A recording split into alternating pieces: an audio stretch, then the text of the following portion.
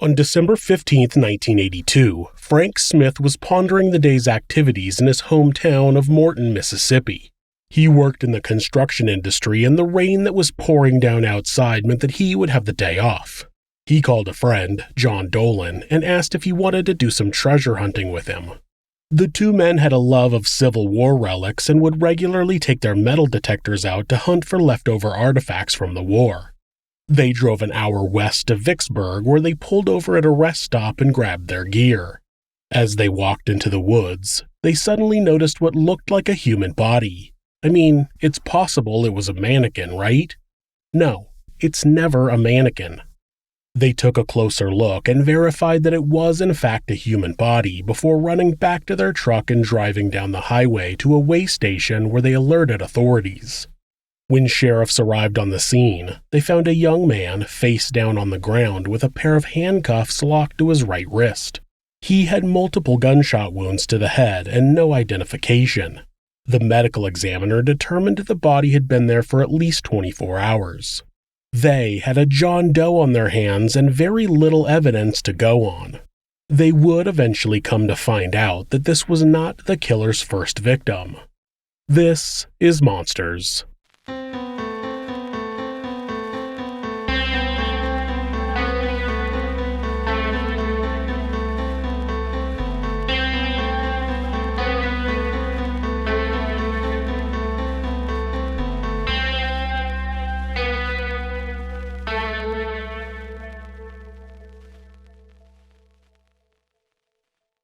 Samuel Tony West, who went by Tony, was born on August 11, 1952, and had a pretty rough childhood.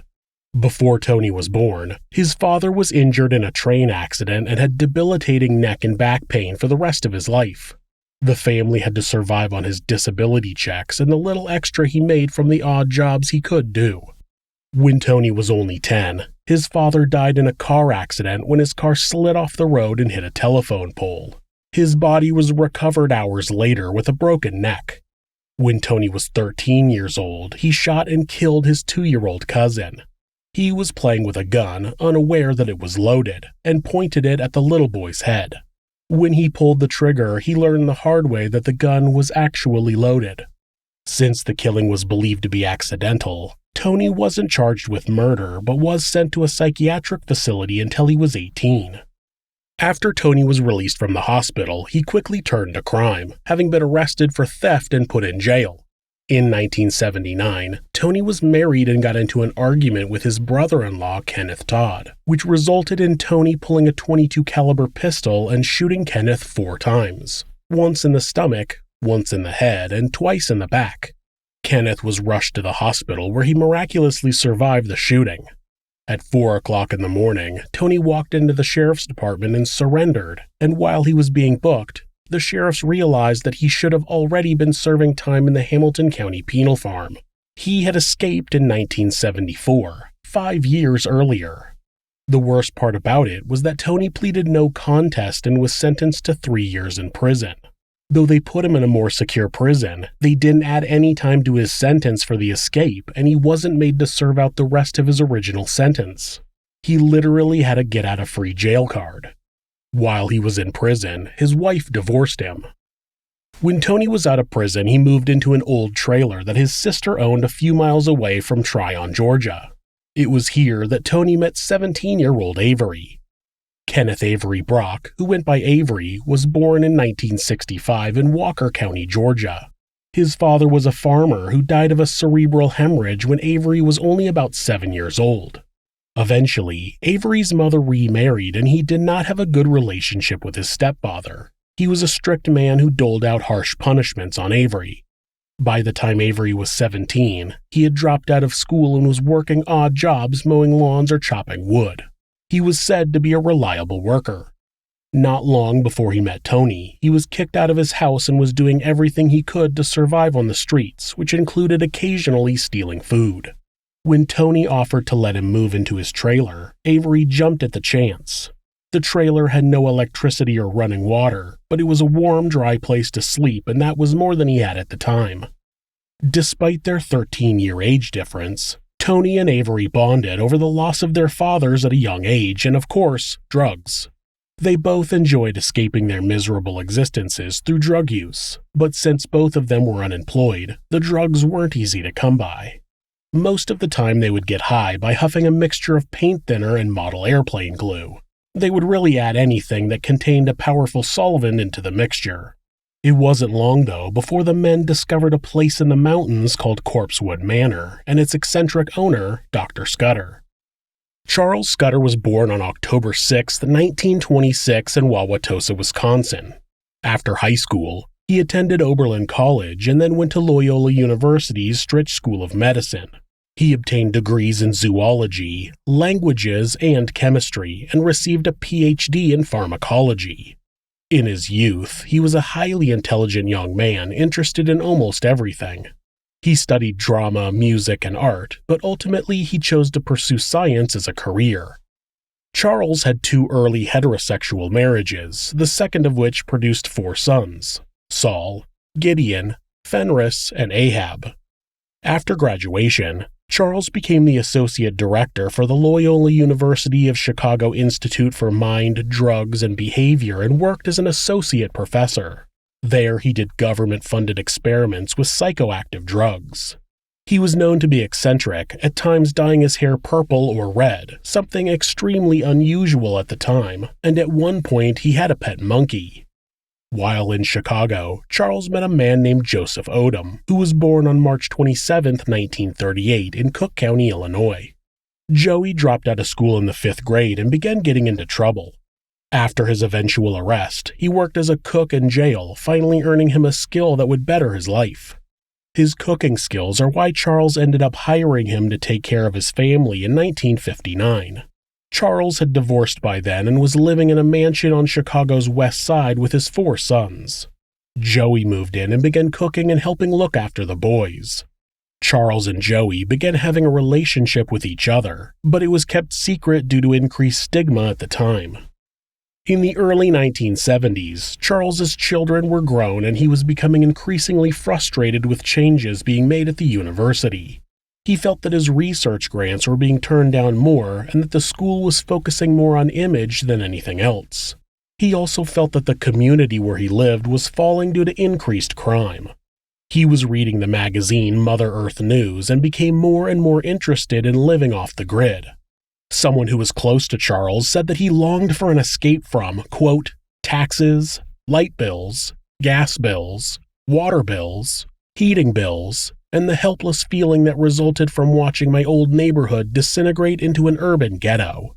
So Charles began looking for a plot of land where he could build an off-grid house. He found the right spot in the mountains just outside of the town of Tryon in northern Georgia. He paid just over $10,000 for the 40-acre property and had a 160-foot deep well dug. Then he and Joey cleared an area where they would build a brick house completely by hand. On his 50th birthday, Charles resigned from Loyola University. He purchased a 1976 Jeep and a small camper that he towed down to the property. After leaving most of his worldly possessions behind, he headed south with Joey and his 2 English Mastiffs to construct a new residence in the depths of the forest. It took about 2 years to build the main part of the brick building, and during that time, hikers and hunters would talk about the strange sight in the middle of the woods. Of the items they did bring with them were antiques, books, and Charles's gold harp. Charles was a professional-level harp player. Here he is playing and reciting poetry by William Blake.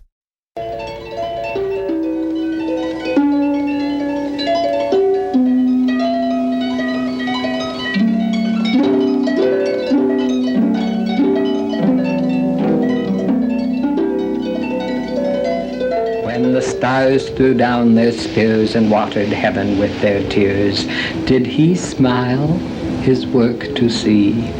Did he who made the lamb make thee?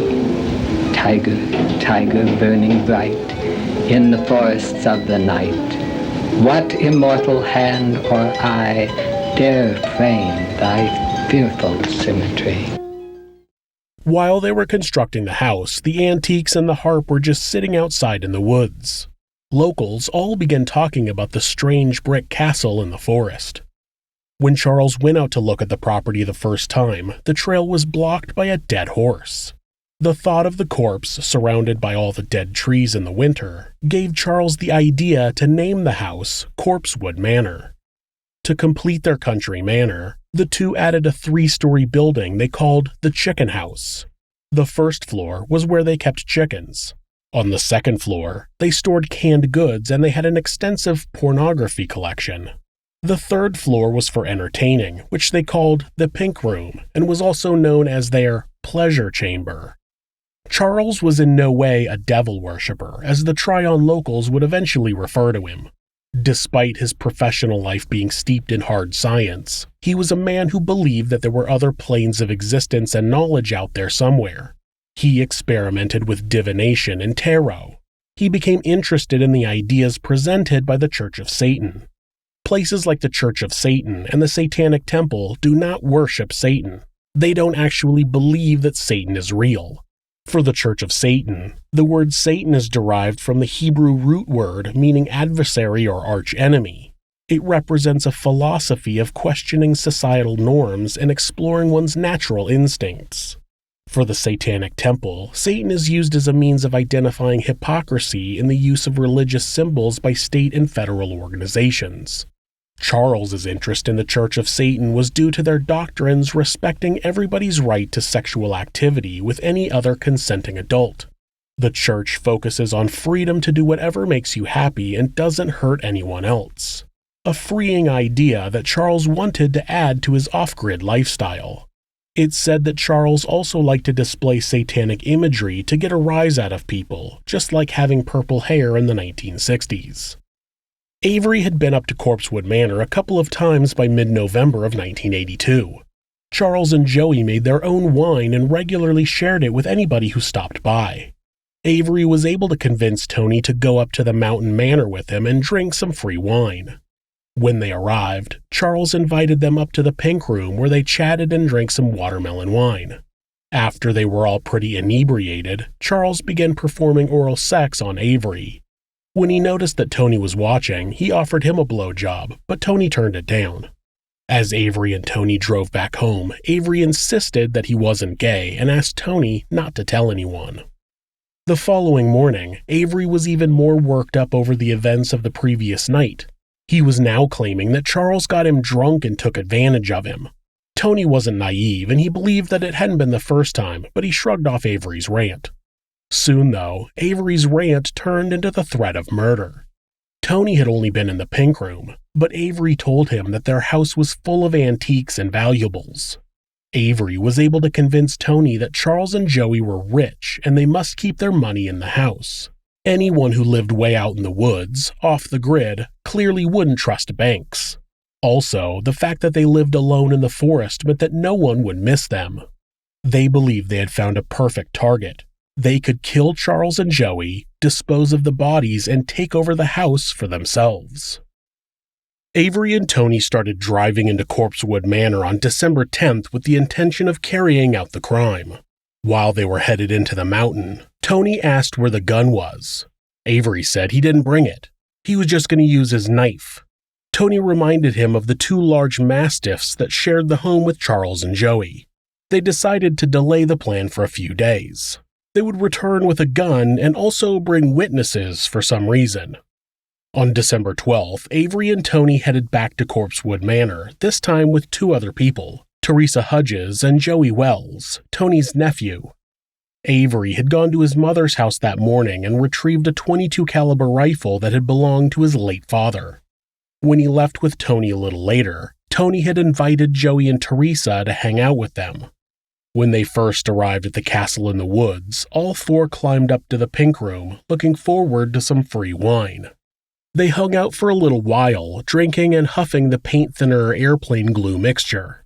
While Charles, Tony, Joey Wells, and Teresa were in the Pink Room, Avery slipped out and retrieved the gun from the car. When he returned, nobody seemed to be concerned that he was holding a rifle, and Charles continued his conversation with Tony.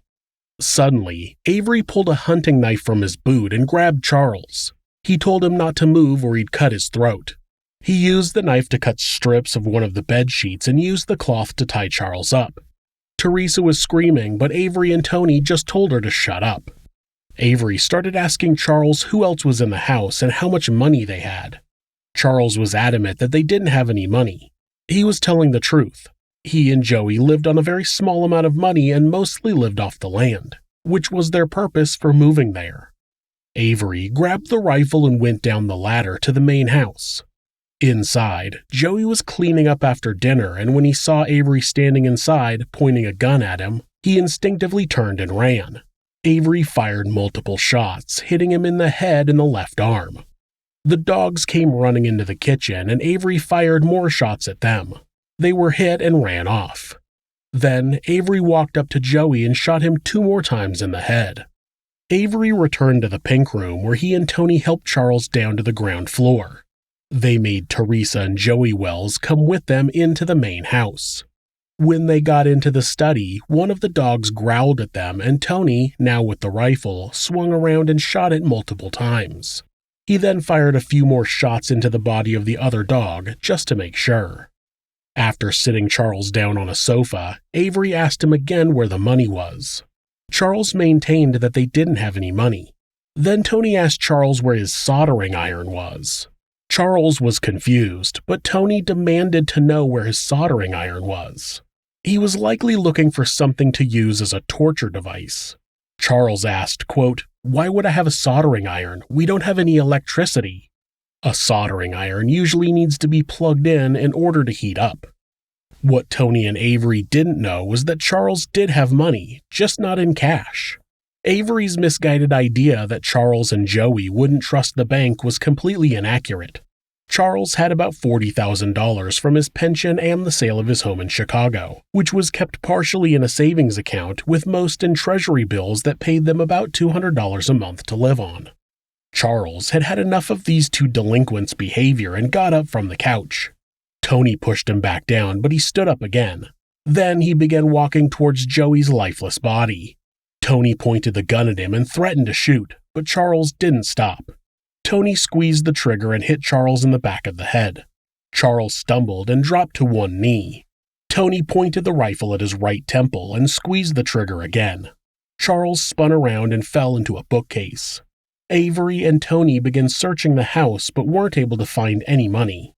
While they were desperately searching for anything of value, Tony noticed that Charles was still breathing. He pointed the rifle at his head and fired 3 more times. Then Tony took a silver bracelet off of him that had the word Charles engraved on it, a silver medallion from around his neck, and a diamond ring from his finger. Avery went around the house and put anything that looked valuable into pillowcases. 2 of the items they took were a pair of handcuffs and a loaded .22 caliber revolver. Avery reached into Charles's pocket and retrieved the keys to his Jeep. After forcefully telling Joey Wells and Teresa to keep their mouths shut, Tony ordered them to get in his car. As they were headed down the dirt road, Tony was going in reverse, and in an effort to avoid a tree, he ran his car into a ditch. They used the Jeep to get the car out, and they headed away from Corpsewood Manor. Back at Tony's trailer, he and Avery were anxious to get out of the area, so Tony sold his car to Joey Wells for the $7 he had on him at the time, with a promise to pay an additional $68 later. Back in the safety of Joey Wells's home, Teresa said she wanted to call the police, but Joey said he wouldn't get his uncle in trouble. While Joey's mother was giving Teresa a ride home, she told the whole story to her, but the woman agreed with her son not to go to the police. Knowing that Teresa wouldn't follow her instructions, she had Teresa pick up her 2-year-old daughter and then brought them back to her house where they kept her locked up and away from the phone for 4 days. Joey Wells took her to a friend's house on December 16th, where she managed to get to a phone and call her uncle. In the meantime, Avery and Tony told their families they were going to Florida and made a run for Mexico. They pulled into a rest stop to sleep, and when they woke up, there was another car in the parking lot. Sleeping inside was U.S. Navy Lieutenant Kirby Phelps. Tony grabbed the revolver and knocked on the window. Kirby told him to take whatever he wanted, and Tony handcuffed him and marched him into the woods. When Tony unlocked one of the cuffs so he could lock the man to a tree, Kirby punched him. Tony shot him 3 times in the head, stole his wallet, and left him in the woods. Then Tony drove away in Kirby's car, and Avery drove the Jeep to a secluded area and abandoned it. Kirby's body was found on December 15th by a couple of men who were using metal detectors to hunt for Civil War relics. Also on December 15th, a man named Raymond Williams stopped by Corpsewood Manor to bring Charles and Joey some bad news. A mutual friend had passed away and he wanted to let them know. When he got to the house and saw that the Jeep was gone, he figured they were in town running their monthly errands and left. When he returned the following day and the Jeep was still not there, he began feeling uneasy. When he approached the house, he saw the door open and bullet holes inside, and he got out of there and called the police. The sheriff's department arrived and searched the house. They found the bodies of Dr. Charles Scudder, Joey Odom, and their 2 English Mastiffs. While the sheriff was searching the crime scene, Charles's Jeep was located in Tallulah, Louisiana, and authorities there were contacting authorities in Georgia to report the discovery. Inside the Jeep, some .22 caliber bullets were found, and they were starting to connect the Jeep to the murder of Lieutenant Kirby Phelps. When the sheriff in Georgia talked to the sheriff in Louisiana and told them about their crime scene, the puzzle pieces started to come together, and they realized that 1 or more killers were on the run who were likely driving Kirby's car. The following day, Teresa was able to get away from the Wells family and she called the sheriff. He picked her up and then collected Joey Wells and took them both to the station where they told the entire story. Soon, the sheriff issued arrest warrants for both Tony West and Avery Brock. Meanwhile, Tony and Avery were not doing very well. They were in Texas, they were running out of money, and they couldn't agree on what to do next. They finally got sick of arguing with each other and decided to go their separate ways. Avery hitchhiked back to Georgia, where he called his mother from a gas station and asked her to come pick him up. Investigators stopped by his mother's house right after he got off the phone and she told them where he was. They drove down to the gas station and picked him up. Avery made a full confession and told the investigators about the U.S. Navy identification he had taken off of Kirby's body. It was after that the investigators in Mississippi were able to contact the Navy and get a positive ID on their John Doe. After spending the next few days alone, Tony also drove back to Georgia, but he ran out of gas in Chattanooga, only about 1.5 miles or 2.4 kilometers from the Georgia border. From the car, he walked in the pouring rain to a nearby bar where he saw a police officer in the parking lot. With no more will to run, he approached the officer and said, quote, "Go ahead, take me in." The officer had no idea who he was, and when Tony explained what he had done, the officer called in the information, but there was no warrant for Tony in Tennessee. So the officer gave Tony a ride across the border where it was confirmed that he did in fact have a warrant out for his arrest. The police were worried about the legality of having a Chattanooga police officer transporting Tony across state lines, so they had him drive Tony back over the border and had Tony walk into Georgia of his own free will, where he was taken into custody by the local police. Kenneth Avery Brock was going to be tried as an adult, and the prosecutor was going to ask for the death penalty. He was offered a life sentence in exchange for a guilty plea, and he took it. Tony pleaded not guilty and his case went to trial. His defense would hinge on the rumors that Charles and Joey were devil worshippers. He claimed that he was protecting himself from demons. He claimed that the furniture inside the house would glow. Then it was discovered that inside the house, when it was searched, investigators found 3 vials that were labeled as LSD-25. 1 vial was full, 1 was half full, and 1 was empty. The defense added the idea that both Tony and Avery had been drugged when they committed the crime. They posited that the wine Charles had given to Tony and his friends had been drugged. The prosecution had the wine bottles tested, and no traces of LSD were found on any of them. The defense's attempts were destroyed when Avery testified about their plans, and when Joey Wells testified that Tony had told him 2 days before the murders that he and Avery were going to live in a devil worshipper's house. Samuel Tony West was found guilty on all counts and sentenced to die in the electric chair. His conviction was soon overturned because it turned out there was an issue with the indictment that the judge knew about but ignored. Tony's lawyer tried to get Tony off due to double jeopardy, but that didn't fly. Knowing that he would likely be convicted a second time, Tony agreed to plead guilty in exchange for a life sentence. Eventually, the chicken house was burnt down and then the house soon after. There are a few bricks left around, but there is very little left at Corpsewood Manor. Avery Brock and Tony West believed they could walk into somebody else's property and take everything they had for themselves. Their desire to have more without working for it was more important than human life. Killing as a means of getting something for nothing is a common act amongst monsters.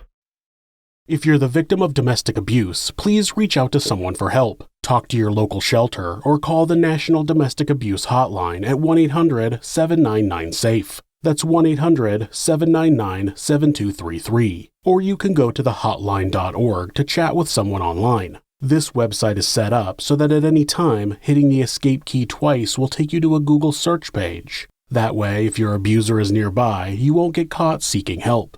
If you're having feelings of harming yourself or someone else, or even just need someone to talk to, please contact your local mental health facility, call 911, or call Mental Health America, who operate the National Suicide Prevention Hotline at 1-800-273-TALK. That's 1-800-273-8255. They're available 24 hours a day, 7 days a week.